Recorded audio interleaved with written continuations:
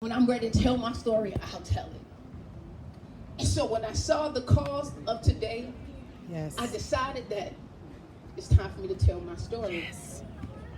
Yes. And so I'm telling my story this morning, not for somebody to look at me as a victim, but to look at me as the victor. Not to look at this, I am tragic, but now that I am triumph. Not to do anything but to see that I am a survivor. Yes, ma'am. Yes, ma'am.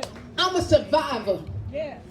And the surviving space and place that I went to lets me know today that all I do is win, win, win, No matter what. Yes. When you have survived certain things, that disadvantage become your advantage, and I promise you, you're going to walk the world and the earth saying, I don't care. If I made it through that, there's nothing I can't make it through. Yes. Y'all haven't survived Amen. yet. Amen. Come on now. So I find myself now, I dropped my brother off, and the story says this. This young lady is now 15 years old. And she's 15, and someone has told her that in order for you now to live life, you must give up that one thing that somebody wants. And if you do not do it, there's harm that's going to come upon you. So you have no other choice but to give your body over to a man.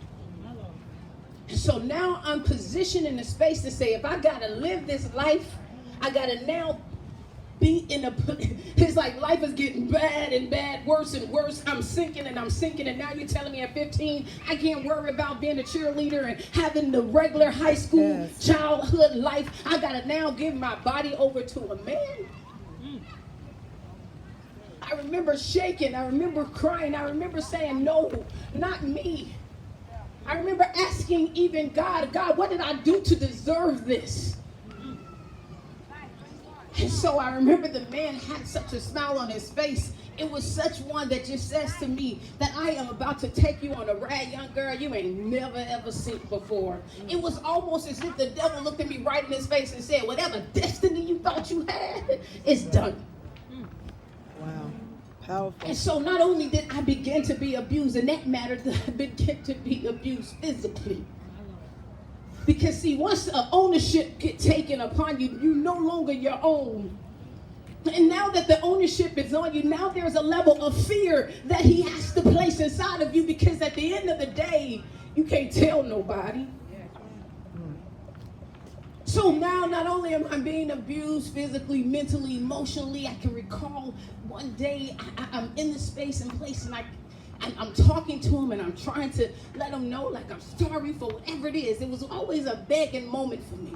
Always had to beg, plead. This wasn't one time. This was on and on. I can tell you that it was my entire high school days. I lived with this man. This man owned me. Oh, come on. Being owned by someone says, I can spit on you whenever I feel like it. And have you ever been spit on? As it drips, your value drips down with it. Wow. Every time. If you ever been kicked, when the skin reaches the body and it rubs the shoe of the rubber takes off of your back, the sting is a sting that you've never seen before. Guess what? You'll always see where it's at. Oh, I got marks to prove that at the end of the day, I'm a survivor. Yes. And so I say this to say, after this, I'm going through this. I'm telling you the story because I got to get y'all to a place where now y'all can see where at the end of the day, though, it wasn't over. So yes,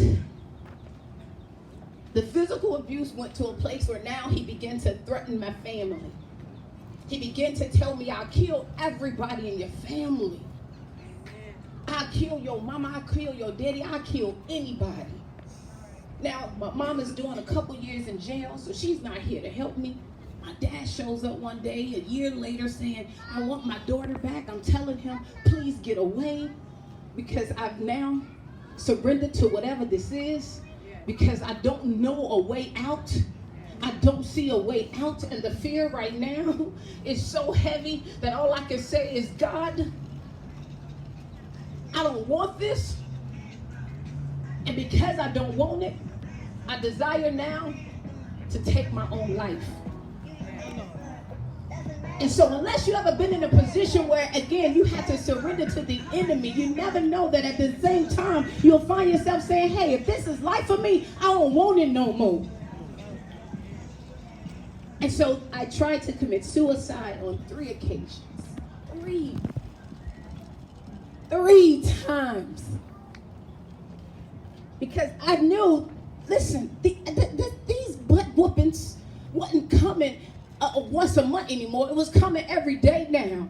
Well, these butt whoopings stopped being outside and started being inside and started going outside. So people now start seeing me. Oh yeah, I was once the girl that was always getting beat up on, but look at me now.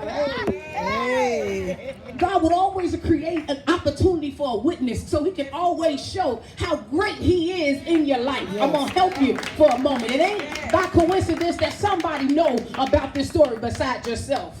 It ain't a coincidence that there's at least one person that knows what you went through. Yeah. Because it's important for them to see that, guess what? This thing that's called destiny is something that you are and you're going to get to. Yes. And so God had me here today. I do believe it.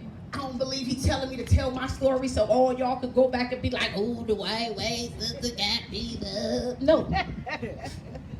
Oh, Dwayne Wade, you know, no. He's okay with me telling the story, by the way, for whoever's recording. He's okay. Yes. He tells me that I don't talk about it. He tells me that it's important to talk about it. That's right. Yes, it is. Thank you, Lord. And as much as I just wanted to stay away from the story.